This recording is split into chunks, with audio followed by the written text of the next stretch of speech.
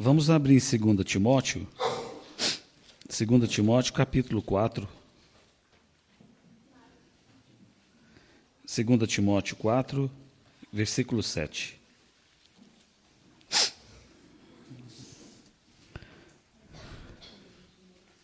Segunda Timóteo 4, 7.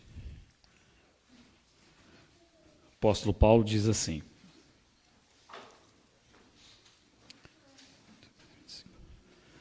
combati o bom combate, completei a carreira, guardei a fé. Já agora, a coroa da justiça me está guardada, a qual o Senhor, reto juiz, me dará naquele dia, e não somente a mim, mas também a todos quantos amam a sua vinda. Eu vou ler novamente o versículo 7. Eu vou ler o 6 também. Acho que vai ajudar, lermos o 6. Quanto a mim, estou sendo já oferecido por libação. Essa palavra libação é a oferta derramada, que você pode ver lá no livro de Levítico. Quanto a mim, estou sendo já oferecido por libação, e o tempo da minha partida, ou da minha morte, é chegado. Aí ele diz: combati o bom combate, completei a carreira, guardei a fé. Essas são as últimas palavras, não as últimas das últimas, mas essas palavras estão inseridas dentre as últimas palavras do apóstolo Paulo. Ele está preso em Roma, no seu segundo aprisionamento, do qual ele não sairá com vida. Ele vai morrer. Então são últimas palavras, últimos escritos de um homem que irá morrer. Pense comigo. Se nós estivéssemos na mesma situação que ele, de alguma maneira, se estivéssemos numa situação que nós soubéssemos que nós não sairíamos vivos dali, que seria a última carta que eu estaria mandando, talvez, para a minha esposa, Sueli, ou a última carta que você estivesse escrevendo para o seu filho, ou a última carta que você estivesse escrevendo para o seu pai, ou a última carta que você estivesse escrevendo para o seu amigo.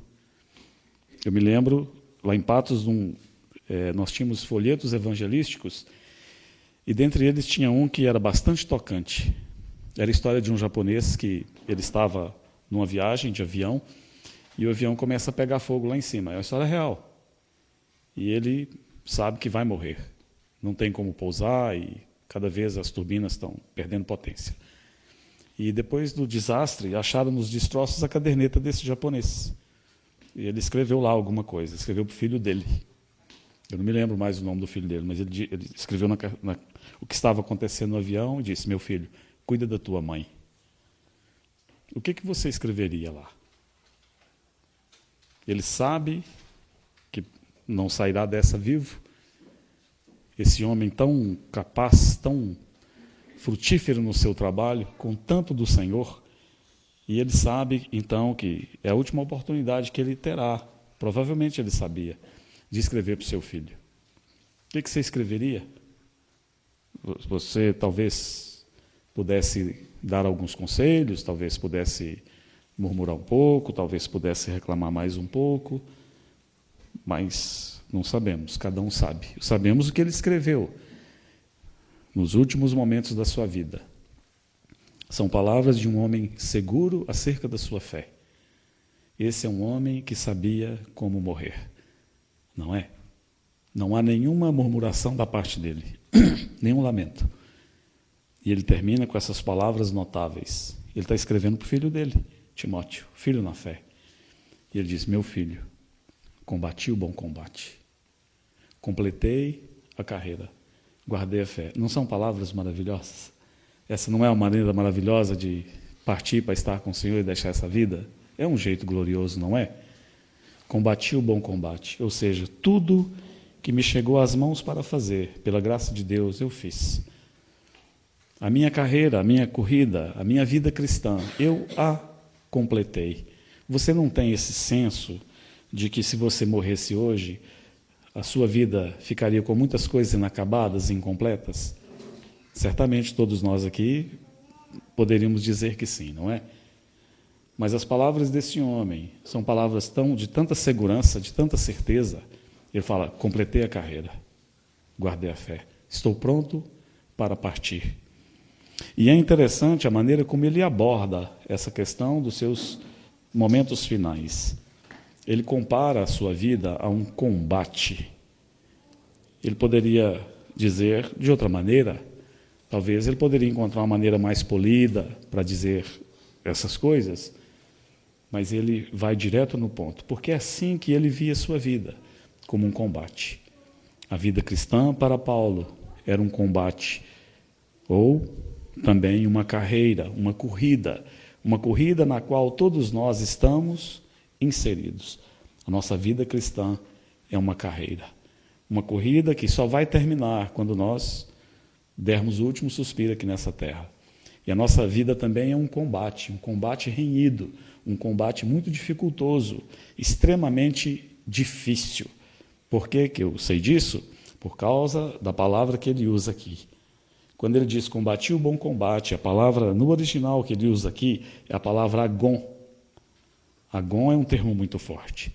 Agon refere-se a uma competição entre 2 homens, ou entre 3, 4, 5, 10. Agon aponta, é daí que vem a nossa palavra na língua portuguesa, agonia. Então Paulo está dizendo: eu combati o bom agon. Eu combati a boa agonia. Agonia, essa palavra, eu vou te dizer o que ela significa. Ela significa conflito cansativo, conflito extremamente extenuante. Significa luta, briga, batalha, corrida, aflição, sofrimento intenso, forte, profundo, angústia. Agonia são os fenômenos que antecedem a morte. São aqueles estertores finais. Aquele paciente que está ali para morrer, então, seus últimos momentos, muitos, os corpos de alguns experimentam esses estertores, esses fenômenos que antecedem a morte. Aí tem suas maneiras variadas. É isso que ele está dizendo.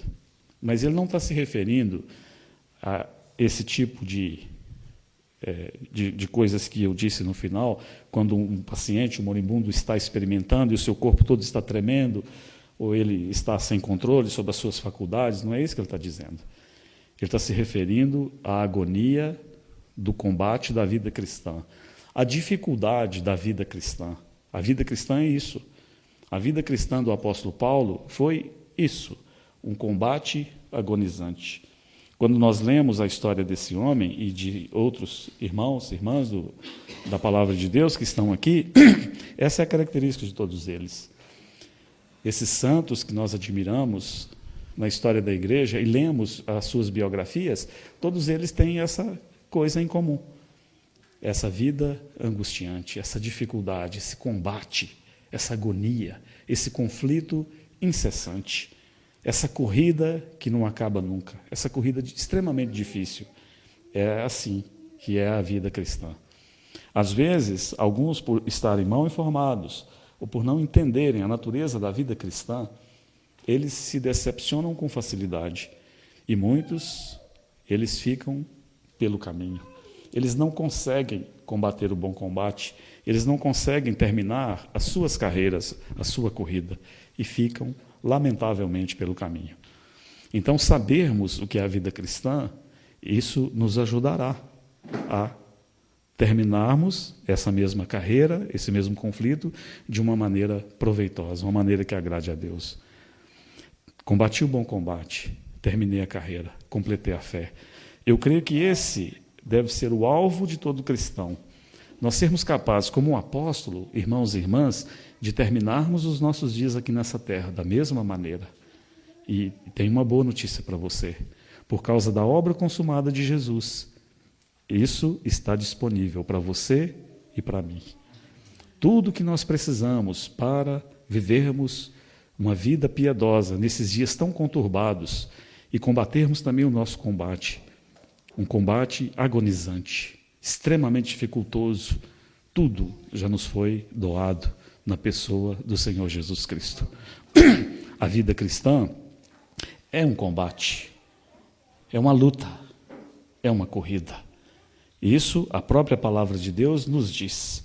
Você se lembra em Mateus capítulo 16, lá no versículo 18, primeira vez que o Senhor vai tocar no assunto da igreja. Ali, se você ler com cuidado, você vai ver a natureza da sua igreja, da igreja do Senhor Jesus. Ele disse para Pedro, também te digo, tu és Pedro, e sobre esta rocha, tu és pedra, e sobre essa rocha eu edificarei a minha igreja. E as portas do inferno não prevalecerão contra ela. Essa palavra prevalecerão, ela nos remete à batalha. Estão dois oponentes lutando. Quem vai prevalecer contra o outro? Essa palavra, edificar, também, ela nos remete a sofrimento e luta. Aqueles aqui que já estiveram envolvidos na construção de uma casa, de alguma coisa, sabem muito bem o que eu estou falando. Há lugares melhores para você se divertir e passar os seus dias do que num terreno de obras, não é verdade? Um terreno de obras, uma construção grande, e aqui ele está dizendo da construção, da edificação da igreja, que é algo fenomenal, estupendo, mas um terreno de obras, ele é um lugar muito perigoso para você estar, cheio de pregos, tábuas com prego virado para cima. É bom você usar um capacete, porque pode cair alguma coisa lá de cima a qualquer momento, não é verdade? Você vai ter que manusear cimento, e muitos têm alergia com cimento e com outras coisas.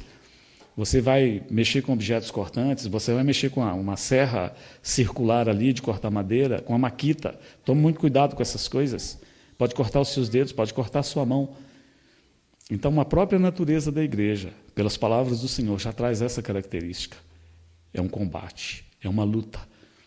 Por que o Senhor Jesus disse, e as portas do inferno não vão prevalecer contra ela? Haverá lutas? É claro que haverá lutas. Se pudesse conversar com vocês aqui, o testemunho apontaria para o mesmo caminho.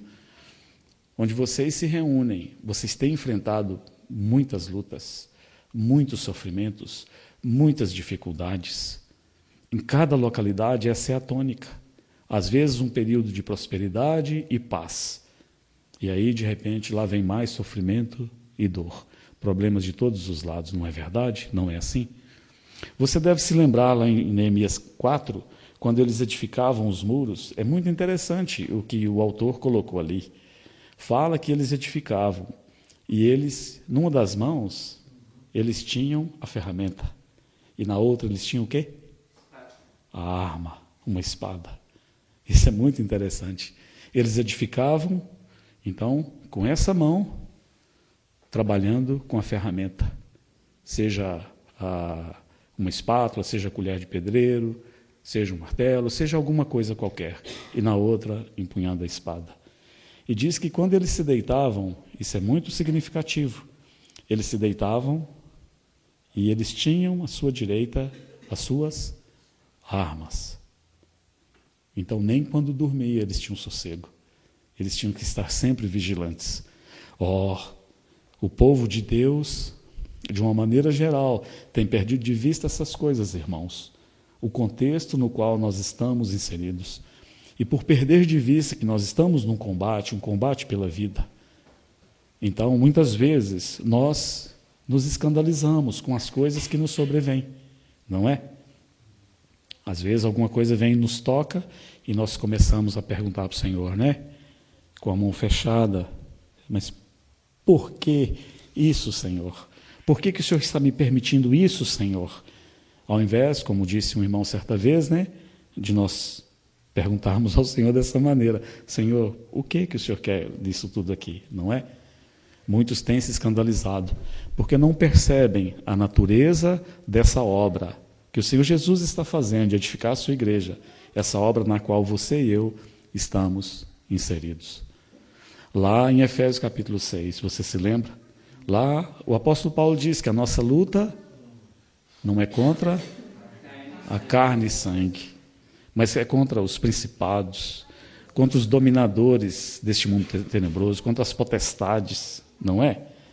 Mas nós, às vezes, nós tomamos como algo pessoal. por não atentarmos para a natureza da vida cristã. Então nós ficamos brigando homens com homens, mulheres contra mulheres, irmãos contra irmãos. A nossa luta é contra principados e potestades, contra os dominadores deste mundo tenebroso, contra as forças espirituais do mal. É isso que ele diz lá. Você se lembra também que na mesma carta aos Efésios, ele nos fala que nós devemos tomar a armadura? Ali é um cenário de batalha, e uma batalha cruenta. Ele fala da armadura, ele fala do capacete, ele fala da couraça para proteger o peito, para proteger o seu coração. Você precisa colocar uma couraça para que o seu coração seja guardado. Ele fala que você tem que ser cingido, é o cinto aqui onde você vai pendurar a espada. Você tem que ter os pés calçados. Você tem que estar preparado. O próprio apóstolo Paulo, na sua carta a Timóteo, ele usa 3 figuras ali para o seu filho na fé. Ele compara o cristão a um soldado, ele compara o cristão a um atleta, e ele compara o cristão a um lavrador. Você já parou para pensar a natureza dessas profissões que ele menciona? Um soldado, qual que é a característica principal que um soldado deve ter? Disciplina. Um soldado, um militar, ele tem que ser disciplinado. Se ele não for disciplinado, é a primeira característica, ele não irá muito longe. Ele tem horários para levantar, ele tem horários para os seus exercícios, ele tem horário para estudar, ele tem horário para tudo. Ele tem que ser um homem disciplinado. Ele tem que ser também um homem obediente, que obedece à voz do seu comandante. E o que dizer de um atleta? Um atleta precisa perseverar. O atleta que não tem perseverança, ele não chega ali na esquina. Um corredor de Ironman, um corredor de maratona, uma maratona 42 quilômetros, 195 metros, ele não corre 10 quilômetros, 15 quilômetros. Tem que ter perseverança. Ele tem que correr e ver o fim, o alvo, o prêmio que lhe espera. Há de se ter esperança, perseverança. E o lavrador? O que o lavrador precisa? O lavrador, além de trabalhar arduamente, e alguns aqui já trabalharam com roça, já mexeram com roça, os pais mexeram com roça. Você quer algo mais difícil do que plantar uma lavoura? Hoje tudo maquinado, é fácil, mas quando eu era criança, eu ainda me lembro de colher arroz, ajudando a colher arroz no carro de boi. Colhia o arroz, fazia um giral, cortava, arrumava os feixes, pegava os feixes e batia aqui no giral com toda a força. Vocês lembram? Alguém lembra disso? Era dessa maneira, não era assim? No giral. Depois tinha uma lona embaixo, juntava e sacava, e trazia o carro de boi, e lá ia o carro de boi. Como ele tinha que ter esperança, olhando sempre para o céu, esperando que as estações lhe fossem favoráveis, que chovesse no tempo certo, né? Aquele medo de faltar a chuva, aquele medo do sol castigar demais a lavoura. Então tinha que ser um homem cheio de esperança. Essa é a vida do cristão. Mas Paulo, ele compara a sua vida. Nas palavras dele aqui, ele deixa bem claro como ele via a vida cristã. Ele diz: combati o bom combate, completei a carreira, guardei a fé. Como eu disse, essa palavra que ele usa para combate, a palavra agon, ela aparece em alguns lugares no Novo Testamento. Ela aparece aqui em 2 Timóteo 4,7 como combate. Em Filipenses 1,30 ela aparece como combate, pois tendes o mesmo combate que vistes em mim. Em Colossenses 2,1 ele diz: gostaria, pois, que soubesses quão grande luta venho sofrendo por vós. Luta. Depois, em 1 Timóteo 6,12, ele diz ao seu filho: combate o bom combate da fé. E ela vai aparecer mais uma vez no Novo Testamento, que eu vou te contar daqui a pouquinho. Já a palavra carreira, que ele menciona, ele fala: completei a carreira, no original é a palavra dromo. Dromo era um lugar onde eram disputados, algumas competições, e também um lugar onde as pessoas podiam usar para praticarem, se prepararem para os Jogos Olímpicos. Dromo. É dessa palavra dromo que vem a palavra velódromo. O que é um velódromo, você sabe? É um lugar de quê? Corrida de bicicleta. Velódromo. É onde tem aquelas corridas de bicicleta. É dessa palavra dromo também, no grego, que vem a palavra autódromo. O que é um autódromo? Lugar de corrida de carros. Então Paulo fala, eu completei o meu dromo, eu completei a minha corrida. Mas lá em Hebreus, capítulo 12, versículos 1 e 2, quando ele diz lá, portanto, visto que temos a rodear-nos tão grande nuvem de testemunhas, desembaraçando de todo o peso do pecado que tenazmente nos assedia, corramos com perseverança a carreira que nos está proposta. Ali, ele não usou dromo, ele usou a palavra agon. Mais uma vez. Não foi Paulo, eu disse Paulo, Hebreus, eu não sei se foi Paulo. Se eu disse, eu não tenho certeza. Mas ali o autor aos Hebreus, para enfatizar a força da vida cristã, a dificuldade da vida cristã, para sublinhar, o autor aos Hebreus usa a palavra agon. Então ele diz, corramos com perseverança o agon que nos está proposto. Essa carreira, essa vida cristã tão difícil, é tão complicada. Complicada de um modo geral, eu não estou dizendo nem aí para as pessoas que estão aí fora, que já é muito complicada sem Cristo, mas para as pessoas que se renderam a Cristo. Não se esqueçam, nós fomos inseridos numa batalha. Nós temos uma corrida diante de nós, uma corrida pela vida. E nós devemos corrê-la com paciência. Foi isso que Paulo disse. Ele disse, eu corri a minha corrida. Aquela carreira que o Senhor Jesus colocou diante de mim para correr, ou seja, a vida em Cristo que eu deveria viver, que eu fui chamado a viver, eu a completei. Isso é glorioso demais. E é isso que nós devemos também almejar, terminarmos bem a nossa corrida. Agora, é importante, antes de corrermos a nossa corrida, nós entendermos como Paulo via, como ele enxergava a vida dele. Porque qualquer coisa que formos fazer na nossa vida cristã é importante. Austin Sparks já disse isso. É preciso ter uma visão correta, visão espiritual. Todo serviço, tudo que fizermos na casa de Deus, demandará de nós uma visão correta daquilo que devemos fazer. Lá em Provérbios, capítulo 29, versículo 18, diz assim, na minha versão, diz, não havendo profecia, o povo se corrompe. Eu preciso dizer que essa não é uma tradução muito boa. Não havendo profecia, ela não carrega todo o peso da força do texto. Na maioria das versões em inglês, geralmente vai aparecer como não havendo visão. Não havendo visão, o povo, uma versão diz, não havendo visão, o povo fica sem restrição nenhuma. E outra diz, não havendo visão, o povo corre selvagemente. Selvagemente. O original ali, não havendo visão, o povo fica sem restrição. A ideia ali, no grego, as mulheres aqui vão entender muito bem, quando você, antigamente, agora hoje acho que não usa mais, mas antigamente as mulheres, para arrumar o cabelo, elas usavam, eu acho que chamava-se bobs, não é? Que enrolava aqui o cabelo, é isso, Miriam? Nos bobs, né? Pegava aqui, enrolando, né? Eu lembro da minha mãe fazendo isso. Aí a mulher ficava cheia de, ainda usa? Ficava cheia de bobs na cabeça, aquela coisa mais estranha, né? Então ali, o que está dizendo é que o povo, quando não tem visão, acontece, aquilo que acontece com a mulher, de repente, se aqueles bobs voasse tudo da cabeça dela, saísse tudo de uma vez, aí você imagina como ficaria o cabelo dela, a aparência dela. É isso que diz lá. Não havendo visão, o povo vai ficar como aquele cabelo daquela mulher que estava com os bobs. Então, em primeiro lugar, antes de corrermos a nossa carreira, é bom nós termos uma visão correta do que é a carreira cristã. O que realmente é a vida cristã? Novamente, Paulo pode nos ajudar.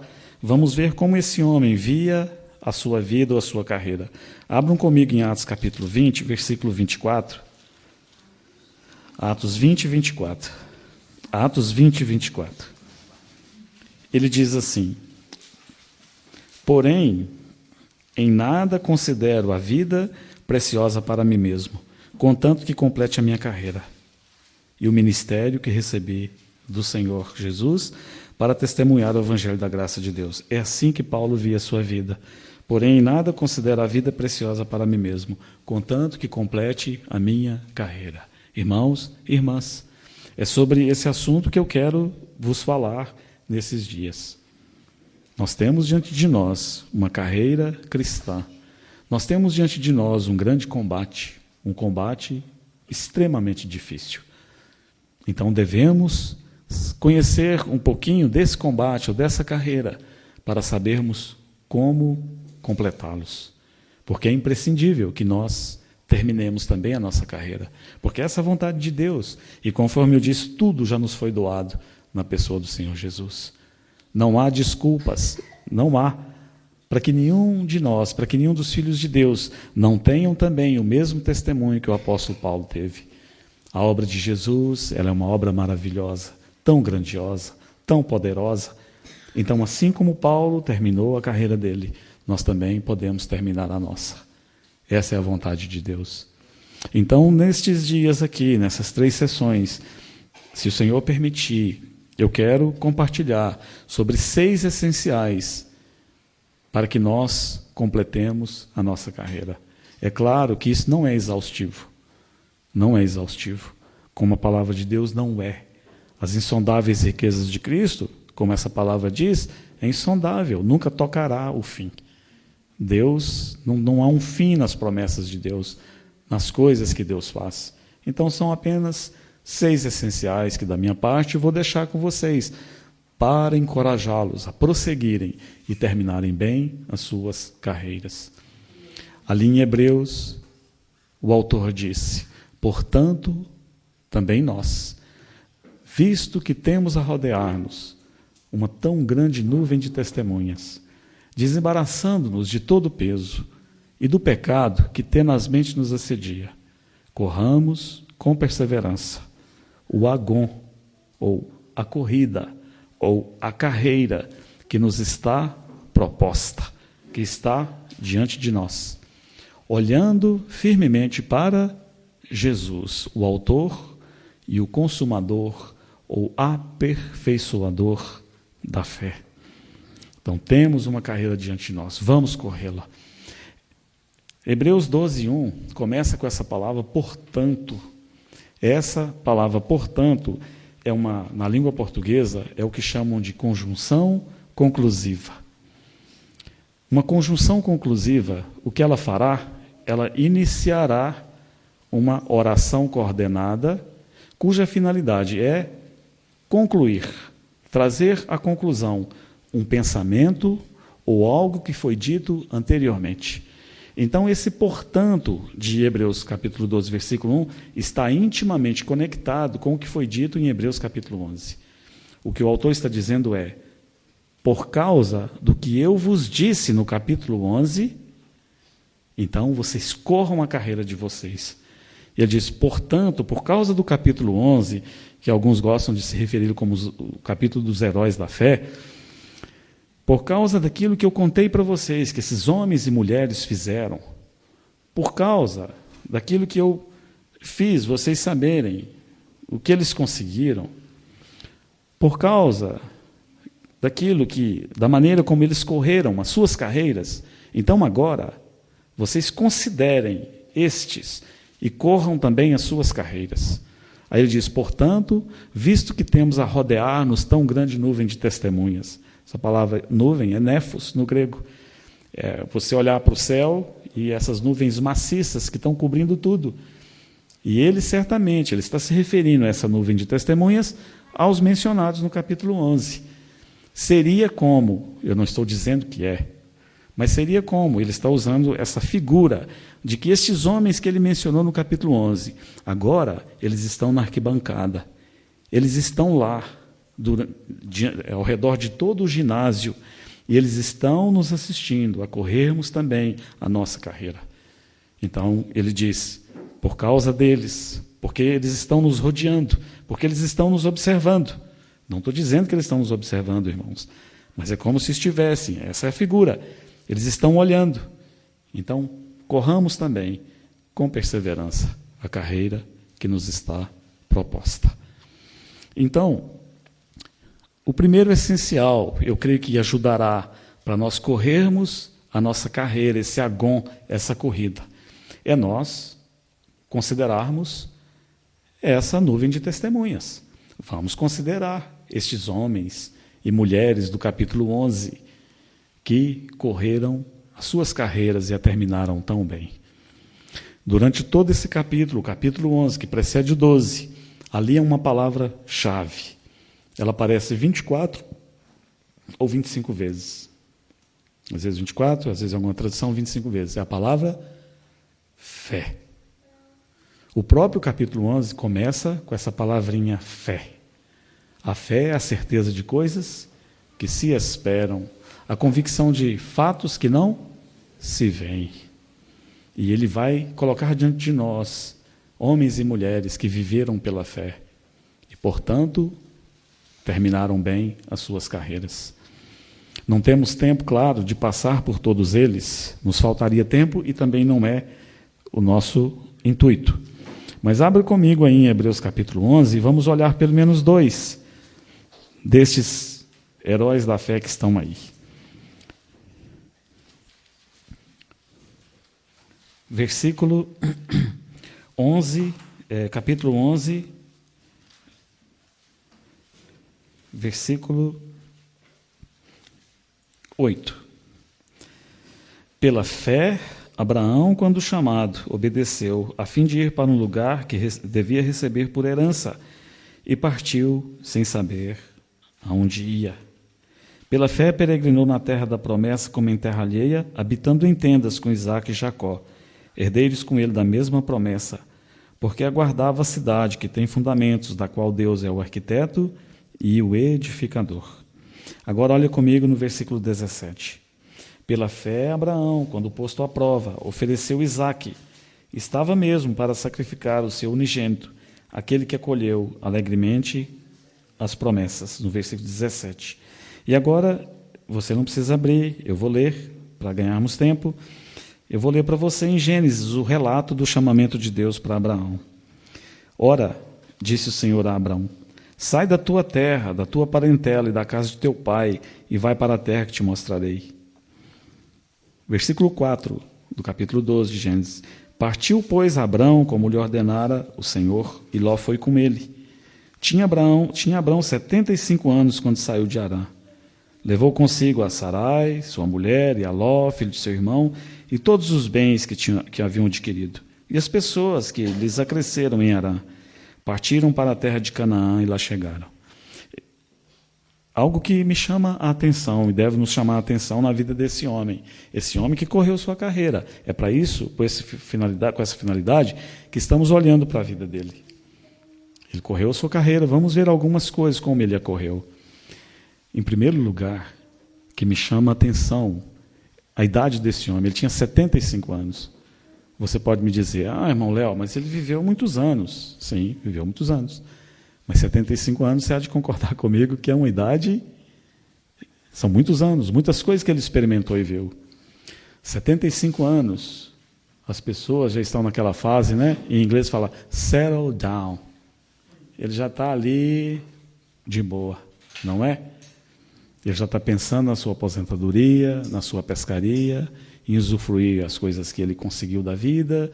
Ele já aposentou, já há mais ou menos uns 10 anos ele já está aposentado, então agora a vida dele já está tranquilinha. É hora dele gozar o resto de vida que ele tem. Mas 75 anos, o ato desse homem foi um ato de bravura, de coragem. Você não concorda comigo? 75 anos, Deus o chamou. E ele partiu sem saber aonde ia. Irmãos, aqui está uma lição na vida desse homem, que nós devemos tomar para nós, para corrermos bem a nossa carreira. Você sairia do conforto do seu lar, do conforto da sua cidade, do conforto da sua casa, e iria para Londrina? Pode ir para Londrina, é bom, pode ir para lá. Mas você partiria sem saber aonde ia. Como isso nos falta. nós confiarmos inteiramente em Deus, nós obedecermos a Deus, mesmo sem sabermos aonde Ele está nos levando. Essa é a causa de muito problema no meio do povo de Deus, de muita tristeza, de depressão, às vezes, de medo, porque qualquer coisa que nos toca, e eu estou usando o pronome no plural, nós, qualquer coisa que nos toca, coisas pequenas, nós ficamos cheios de medo. Cheios de medo. Jéssica, você se casar, você ir para a Colômbia, o que você vai fazer lá? Jéssica, e o trabalho? Como que você vai trabalhar? Mas será que o que o seu marido ganha dá para sobreviver? E a língua, e o povo, e os costumes? É uma cidade violenta? É uma cidade pacata? É uma cidade tranquila? Como que nós vamos fazer? Nós devemos, em primeiro lugar, inquirir de Deus. Senhor, eu devo ir? Deve. Você deve ir. Então eu vou. Então eu estou indo. Então, a Deus. Povo de Deus. Povo de Deus na sua tranquilidade, cercada das suas coisinhas, não é verdade? A nossa zona de conforto. Quando alguma coisa toca na nossa vida, quando alguma coisa vem, quando naquele mês a nossa loja não vendeu o que precisava vender, Carneiro, pelos últimos 6 meses, está vendendo 78.700. E por causa disso, eu até já fiz compromisso com o dinheiro. Mas esse mês vendeu 4.200. Senhor, o Senhor esqueceu de mim? Irmãos, é assim que acontece conosco muitas vezes, não é? Mas esse homem, aos 75 anos de idade, ele ouviu o chamamento do Senhor sobre a vida dele. E ele partiu, sem saber aonde ia. Um tempo atrás, conversando com um jovem casal, casaram recentemente, agora já tem uns 4 anos que se casaram, e ele trabalhava numa cidade a mais ou menos talvez uns 85, 100 quilômetros de Londrina. E ela ainda não estava trabalhando. E um menino promissor. Ele trabalhava numa empresa, 100 quilômetros de Londrina, 85, ele ia de carro todo dia, com os amigos, dividia e voltava à tarde. E um menino promissor, com potencial para servir o Senhor. Ele veio conversar comigo. Irmão, é o trabalho, o que você acha? Porque está difícil lá, eu vou todo dia, minha esposa, casei agora. E ela, como que eu faço? Está tão difícil, complicado. Será que eu peço demissão para arrumar um emprego aqui em Londrina? Um emprego bom. Ele tinha um emprego bom. Ele era supervisor de uma área e ele mandava engenheiro. Um emprego bom. Aí eu disse para ele, irmão, você já considerou a possibilidade de mudar para lá com sua esposa? Não, aí eu me lembro uma das dificuldades que ele falou assim, porque lá, irmão, lá não tem nada, é uma cidadezinha pequena, tem só a nossa empresa lá, uma cidade pequena, não tem nada, não tem irmãos, não tem testemunho do Senhor. Eu disse, irmão, você já considerou a possibilidade de pegar a sua esposa e mudar para lá? E parar com essas viagens todos os dias? Ele falou, irmão, mas e as reuniões? Eu disse, e você já considerou a possibilidade de pregar o Evangelho, ir para a praça, pregar o Evangelho? E quem sabe o Senhor vai usá-lo para levantar um testemunho ali. Ele é um rapaz muito inteligente. E eu senti que ele olhou para mim, eu gosto muito dele, ele gosta de mim, mas naquele olhar, é como se ele falasse assim, esse cara é um ET. Ele está falando coisas loucas, assim, como? Eu disse, considera, muda para lá, suas despesas vão ser reduzidas drasticamente, vai sobrar dinheiro. Sua esposa não precisa nem precisar trabalhar agora, tem mais tempo ainda, você ganha muito bem. Ele disse assim, irmão, ela não irá. Ela é urbana, ela não irá. E eles não foram. Ela arrumou um emprego, trabalha, e ele, eu não sei o que está feito dele. Sem saber, partiu sem saber onde ia. Isso é tão difícil, irmãos, não é? Nós queremos tudo esquematizado. Eu quero saber, Ariana, o que nós vamos comer amanhã. Vocês já colocaram lá na parede? Eu fui lá ver hoje, eu sei até o que nós vamos comer na terça-feira. Segunda-feira, terça, não lembro. Tudo esquematizado. Amanhã de manhã você cuidará das crianças. À noite, Terezinha, será você. Segunda de manhã, Adeilson, esteja preparado. Vinícius, à noite, esteja no seu posto. Rô, fecha a conta. Terça é você. Não é assim? Ótimo. Essa ordem, ela é boa, ela é necessária. Não devemos ser relapsos. Mas, às vezes, o povo de Deus, como povo de Deus, nós queremos tudo muito, muito certinho. Sejamos francos. Se o Senhor aparecesse para nós e nos dissesse, sai daí, Hermelindo, de onde você está, sai daí com a sua esposa e vai, eu preciso de você em outro lugar. Irmãos, qual seria a primeira pergunta que você faria? Para onde, Senhor? Você vai para Patos. Senhor, tem 2 Patos. Tem uma Patos de Minas e tem uma Patos na Paraíba. E para qual que o Senhor vai me mandar? Porque eu te aviso, Senhor, o Senhor sabe todas as coisas, mas eu tenho muito problema com calor. E na Paraíba diz que é muito quente. Mas continua, Senhor. Para qual cidade mesmo que o Senhor quer que eu vá? Oh, irmãos, ele partiu sem saber aonde ia. 75 anos. Ele foi.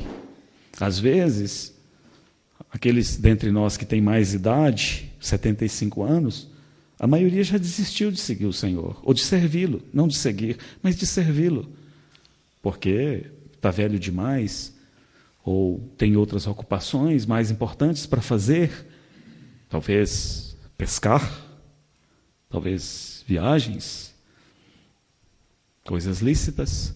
Mas aquele homem, ele partiu sem saber aonde ia, 75 anos, e levou a mulher dele, levou as coisas que ele tinha juntado, e ele foi.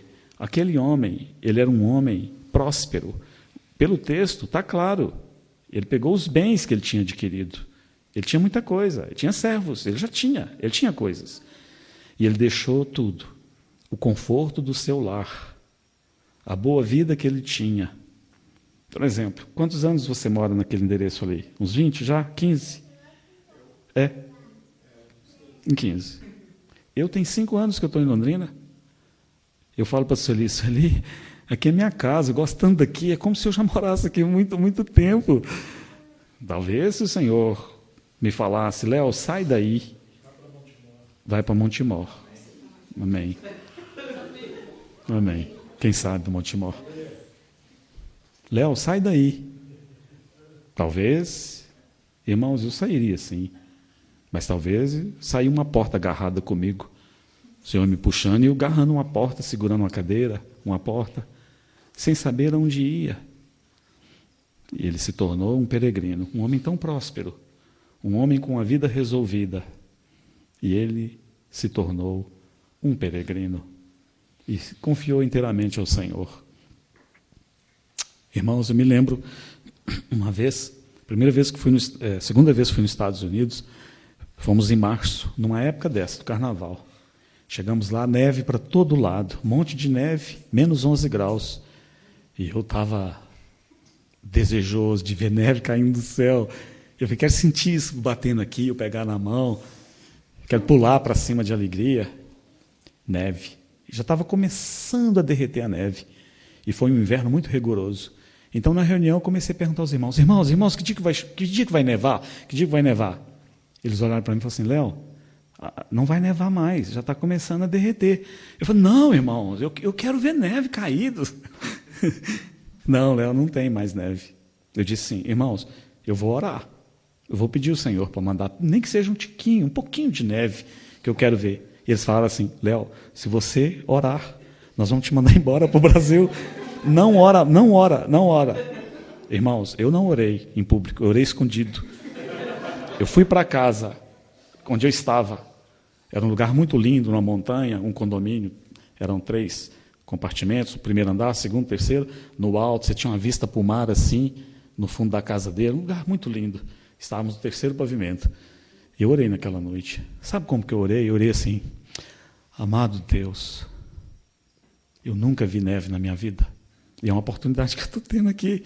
Mas eu queria vê-la de cima para baixo. Graças a ti que eu vi aqui, mas eu queria ver caindo. Manda só um pouquinho para eu ver, em nome de Jesus.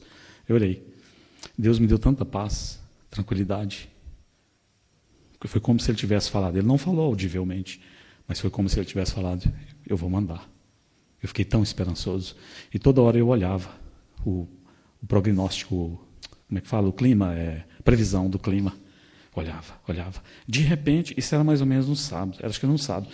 De repente, no domingo de manhã, apareceu lá que tinha talvez 0,3% de chance de nevar na segunda de manhã. Falei, vai nevar.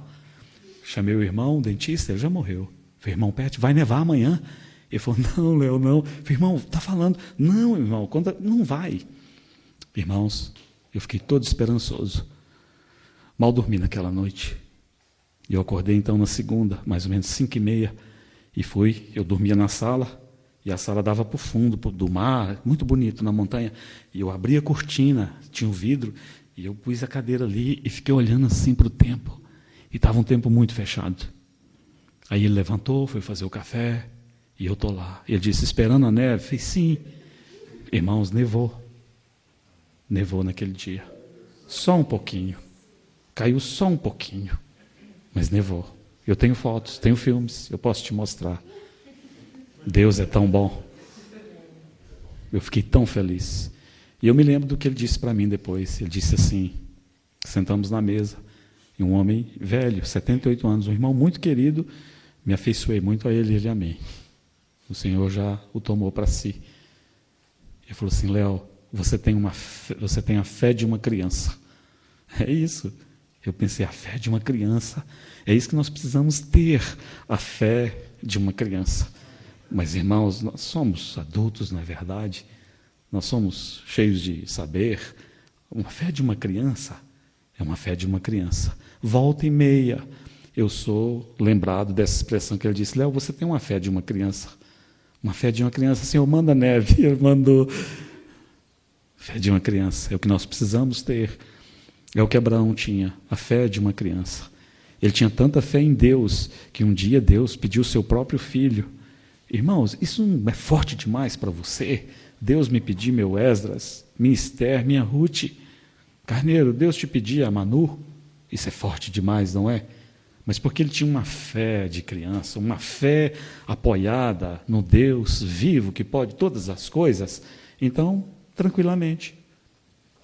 E lá, é interessante, que o Senhor não pediu 2 vezes, o Senhor pediu uma vez só, me dá seu filho.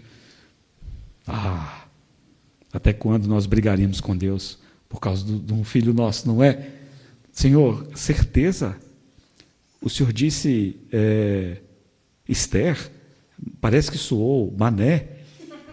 O Senhor tem certeza disso? É Esther mesmo? Mas Esther tem muitas, lá na posse tem umas 3. Não é? Irmãos, me dá o seu Isaac, está aqui. Porque ele tinha uma fé de uma criança, ele cria que Deus era poderoso até para ressuscitá-lo. Esse homem é um exemplo para nós. Podemos ver a vida dele e ver como ele tinha a sua fé bem alicerçada. E porque ele tinha a sua fé bem alicerçada, então ele pôde terminar bem a sua carreira. Esse homem ouviu o seu chamado. Você tem um chamado. Cada um de nós aqui, nós temos da parte de Deus um chamado. Você já ouviu o seu chamamento? E é um chamamento celestial. Ele ouviu e ele obedeceu. Ele ouviu e obedeceu. É para eu sair, Senhor? Sim. Sara, Sueli, junta as coisinhas que der aí. Junta tudo, põe no saco. Vamos sair. Para onde, meu amor? Isso eu não sei. Mas nós temos certeza que nós vamos descobrir. Vamos sair por aí. E Ele vai nos guiar. Não sei, um pressentimento que talvez nossa jornada possa terminar lá em Montemor. E o que dizer de Jacó? Você lembra de Jacó? Jacó, o enrolador, né? O nome dele em inglês ali, Jacó, tradução é Twister. Pepsi Twist. Era Pepsi com limão torcido, né? Espremido, você torcia aí o limão, né? Twist é torcer. O nome dele é torcedor. Mas não é torcedor do Atlético, é torcedor dos outros. Ele torcia as pessoas, ele pegava qualquer um e ele torcia. Você lembra como ele foi torcendo todo mundo? Torceu o pai dele, torceu a mãe dele, torceu ela tanto que ele se tornou o favorito dela, né? Torceu o pai dele, torceu o seu irmão. Daí o que Deus faz? Deus pega um que vai torcer ele, né? Deus pega um que torce mais do que ele e leva ele para o tio Labão lá, né? E deixa ele 20 anos lá sendo torcido, né? E é muito interessante que toda vez que o tio Labão torcia ele falava assim, mas é que injustiça. Não é engraçado isso? Isso é injustiça, como que pode? Eu estou prestando bem para esse homem está me ajuda aí uma palavra, e alguém fala, ele está te torcendo. Essa palavra é boa. Ele está te jacoseando, né? Ele está te torcendo. A vida daquele homem. Mas eu quero deixar com vocês como foi o final da vida dele. Você lembra como foi o final da vida dele? Irmãos, foi um final glorioso. Irmãos, não importa onde começamos, importa terminarmos bem a nossa carreira. Ele terminou a carreira dele bem. É claro, ele não terminou com o sprint do Abebe Bikila, aquele homem lá que ganhou aquelas 2 Olimpíadas seguidas, 1960 em Roma, descalço, em 1964 em Tóquio, aí já calçado. Abebe Bikila, um dos maiores corredores de maratona. Não, Jacó não terminou como o Bikila. Jacó terminou todo arrebentado. Ele terminou mancando, porque no Val de Jaboque, quando ele encontrou com Deus, ele teve a articulação da coxa ali tocada e ele se tornou um manco. Lembra? Ele mancando? Lembra? Tão bonito isso, não é? Mas ele terminou a carreira dele. Ele cruzou a linha de chegada, estufou o peito e passou para lá. Eu vou te contar, segundo a palavra de Deus, como ele terminou a vida dele. Fala assim, que está lá em Hebreus 11, 21. Pela fé, Jacó, quando estava para morrer, abençoou cada um dos filhos de José, e apoiado sobre a extremidade do seu bordão, adorou. Irmãos, esse não é um final glorioso? Ele pegou o seu bordão, né? A sua bengala, e ele foi mancando, né? Foi mancando, e seguindo a Deus, né? E lá no fim da vida, as forças ele já não tem mais, mas ele ainda tem a sua fé, uma fé de criança, uma fé pura e genuína em Deus. Então ele apoia na extremidade do seu bordão, ele não consegue mais ficar em pé. E ele se apoia, e aí o que ele faz? Ele adora a Deus. Podemos olhar para a vida desse homem. Esse é o final também que nós queremos ter na nossa vida. Será glorioso se nós terminarmos a nossa vida, mesmo que seja apoiado na extremidade de uma bengala, de um bordão, mas adorando a Deus, sem nenhuma amargura, cheios de confiança em Deus, o Deus que criou todas as coisas. Maravilhoso, essa tão grande nuvem de testemunhas. Mas essa tão grande nuvem de testemunhas, talvez eu pudesse traduzir para vocês, esses heróis da fé, em apenas um herói, que está acima de todos, a pessoa bendita do Senhor Jesus Cristo. Porque Abraão é um homem, como nós, como você, e Jacó outro, sujeito aos mesmos sentimentos. Mas houve um, e ele é o herói dos heróis, o Senhor Jesus Cristo. Todas as coisas que esses heróis da fé fizeram, não chega nem perto do que ele fez, porque ele é único. E cada atitude desses homens e mulheres do capítulo 11, nós podemos ver retratados na pessoa, na vida, na obra de Jesus. Foi ele quem ouviu o chamamento do Pai, e ele veio aqui, ele deixou o esplendor de sua glória, sabendo o destino aqui, estava só e ferido no Gólgota para dar a sua vida por mim. Foi ele que ouviu o chamamento do Pai. Você tem que ir lá, salvar esse povo, você tem que ir lá, dar a sua vida por eles. E ele deixou a sua glória, ele deixou o seu trono de glória, ele deixou a presença do seu Pai, com quem ele estava durante todo o tempo. Ele deixou ali a presença dos anjos, de quem ele recebia adoração, e ele veio nesse mundo caído. E ele aqui, a semelhança de Abraão, ele obedeceu o seu pai, ele obedeceu em tudo. Ele diz que só fazia o que o seu pai lhe mandava fazer. O seu pai dizia, vai para Samaria, e ele ia para Samaria. Agora vai para Betânia, e ele ia para Betânia. Ele não segurou nada. Ele, a semelhança de Jacó, se Jacó, apoiado na extremidade do seu bordão, dando seu último suspiro, adorou, o que dizer do Senhor Jesus? Você lembra dele lá na cruz, no Gólgota? Você se lembra como ele foi humilhado ali? Oh, irmãos, não tem tempo de lermos, o tempo já foi, mas ali em Lucas, a cena é tão tocante. Você lembra quando ele foi pendurado ali, disse que 2 malfeitores foram colocados do lado dele? Oh, Senhor, o Senhor da glória, não tinha uma companhia melhor para colocar junto com esse homem, com o Filho de Deus, esse homem que só fez o bem, esse homem que está morrendo pelos pecados do povo? Colocaram 2 malfeitores do lado dele. Ele estava ali, plenamente cônscio do que estava ocorrendo na vida dele. Ele viu quando as pessoas estavam repartindo as suas vestes. Irmãos, ele estava vivo. E eles já estavam jogando dados ali, provavelmente. Quem vai ficar com a roupa dele? Quem que vai ficar com essa roupa?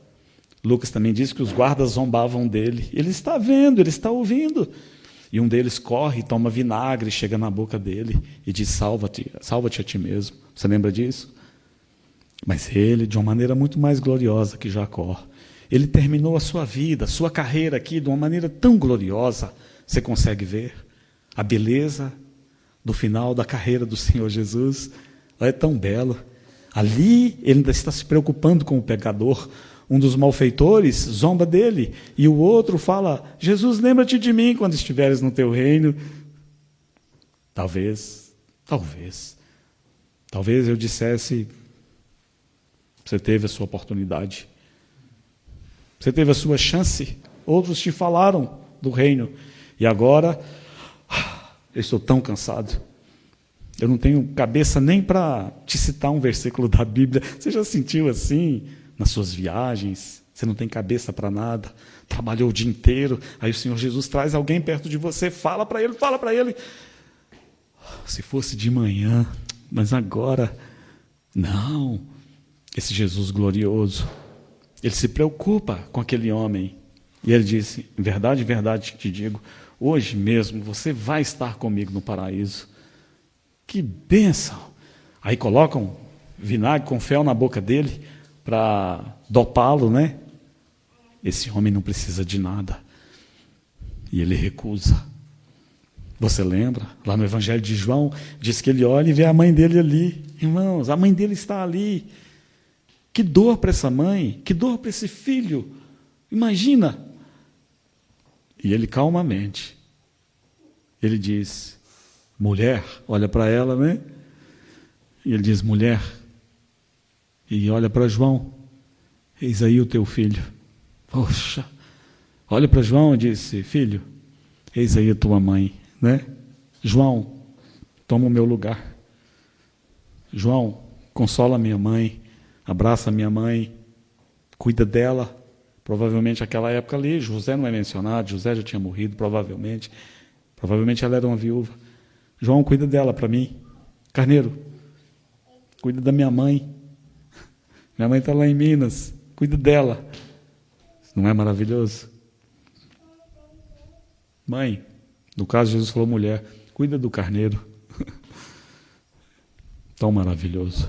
O Senhor Jesus completou sua carreira de uma maneira tão maravilhosa. Oh, devemos olhar para Ele. Quando consideramos esses santos do Antigo Testamento, sabemos que eles foram pálidas sombras poderosas, é verdade, mas que não se compara à realidade daquilo que é o Senhor Jesus. Ninguém correu a sua carreira como o Senhor Jesus correu. Então consideramos essas pessoas para ver que, irmãos, é possível sim. Podemos terminar bem nossa carreira. É isso que o Senhor quer. E como vamos terminá-la? Durante toda a semana é isso que eu vou deixar no seu coração e na sua mente, olhando para Jesus. Irmãos, olhem para Jesus. Olhemos para Jesus. Porque o Senhor, Ele não é apenas o nosso exemplo. E se fosse só o nosso exemplo, já seria muita coisa. Mas o Senhor é a nossa vida. A vida que está no Senhor, que o capacitou a vencer todas as coisas, a combater o seu combate, a completar a sua carreira. Essa vida está em cada um de nós. Então olhemos para Jesus. Então, se o Senhor permitir, amanhã continuaremos, né? E vamos compartilhar outros essenciais. Esse primeiro, consideremos essa tão grande nuvem de testemunhas. Olhemos para o Senhor Jesus, vamos orar. Nos encomendamos a Ti, amado Jesus. Senhor, citamos Abraão, citamos Jacó, citamos o próprio Paulo. Senhor, nos apressamos a dizer que nenhum deles se compara a Ti. Tu estás num lugar de absoluta proeminência. O Senhor correu a sua carreira aqui. O Senhor combateu o seu bom combate. E que combate cruento, Senhor. Tão difícil, tão extenuante que o Senhor suportou. Senhor, que carreira difícil que o Senhor correu. Mas, Senhor, o Senhor venceu todas as coisas. O Senhor é o nosso irmão mais velho. E porque o Senhor venceu todas as coisas, e porque o Senhor nos deu a Tua vida, nós também podemos vencer. Nós Te pedimos, Senhor, nos ajuda a completarmos também a nossa carreira. Porque isso trará glória a Ti. Te louvamos, Te bendizemos, Senhor Jesus. No Teu nome é que oramos. Amém.